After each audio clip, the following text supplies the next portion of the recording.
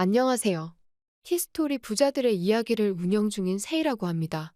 오늘도 함께 해주셔서 감사합니다. 오늘은 부자가 되기 위한 두 번째 시간, 월급 통장 출구 전략 준비 라는 내용으로 시작해 보겠습니다.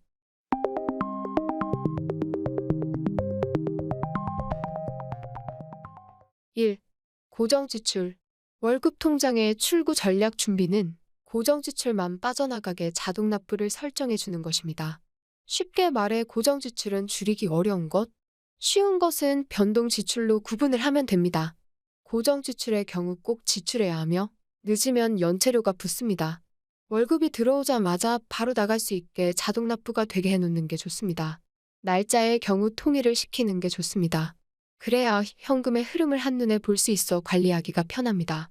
월급이 들어온 날로부터 최대 5일 이내의 모든 고정 지출이 납부되도록 하는 것이 바람직합니다.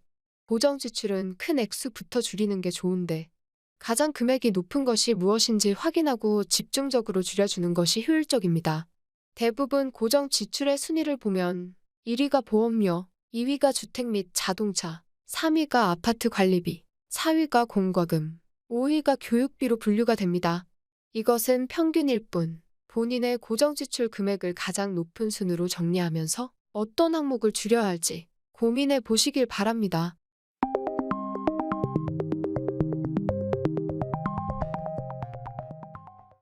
2. 변동 지출. 변동 지출 통장을 만드는 게 좋습니다. 귀찮을 수 있지만 매월 생활비를 한눈에 확인할 수 있고 가계부를 한 번 더 쓰는 효과가 있기 때문에 한눈에 확인할 수 있고 관리가 되기 때문에 생활비를 줄일 수 있는 효과가 있습니다. 변동 지출 금액을 올바르게 결정하는 것이 중요한데 3개월간의 내역을 구체적으로 정리해 보는 것을 추천합니다. 3개월간의 생활비 중 가장 적은 금액을 월급 통장에서 지출 통장으로 자동이체하고 이 금액으로 첫 달을 생활을 해봅니다. 첫 달을 무리 없이 생활하는데 성공했다면 둘째 달은 거기에 10%를 줄여서 생활해보고 또 성공했다면 셋째 달에도 10%를 줄여서 생활해봅니다. 그리고 실패할 때까지 매달 10%를 더 줄여 나갑니다. 이렇게 생활을 하다 보면 더 이상 줄일 수 없는 한계점이 생기는데 이러한 한계점까지 줄이는 것을 목표로 삼아야 합니다. 무조건 안 먹고 안 사고 하는 방식은 추천하지 않습니다. 왜냐하면 재테크의 목적인 행복이라는 기본 전제가 무너질 수 있기 때문에 바람직한 행동은 아니라고 봅니다. 옆집은 멋진 레스토랑에 외식도 하고 해외도 여행도 떠나는데 정작 본인은 가족여행도 꿈꾸지 못하고 있다면 아무리 생활비를 줄였다고 해도 행복과는 거리가 멀어질 수 있습니다. 또한 이러한 자린고비 방식은 장기전으로 가기도 너무도 힘이 듭니다. 꼭 자신에 맞게 줄이는 것을 찾는 것이 바람직합니다.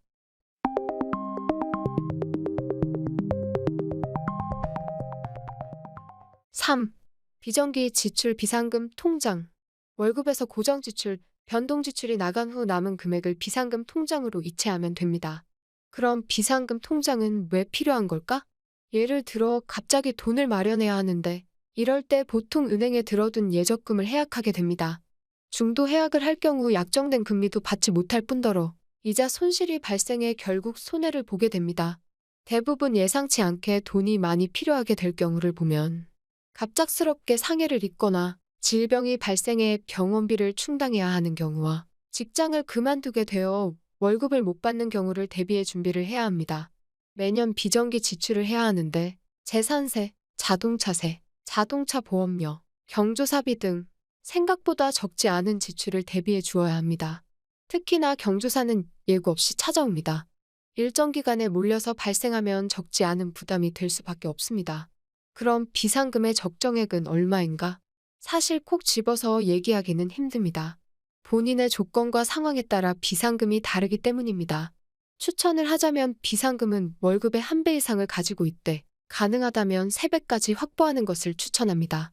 그리고 확보한 비상금은 꼭 절대 다른 용도로 쓰지 않는 것을 원칙으로 세웁니다. 비상금을 확보할 목표를 잡고 6개월 안에 할지 1년 안에 할지를 결정해 예비자금을 확보할 때까지 매월 자동이체를 하는 것도 좋은 방법입니다. 목표로 한 금액을 채웠는데 경조사로 인해 돈을 썼다면 다시 채워넣는 습관을 기르도록 합니다. 오늘 준비한 영상은 여기까지입니다.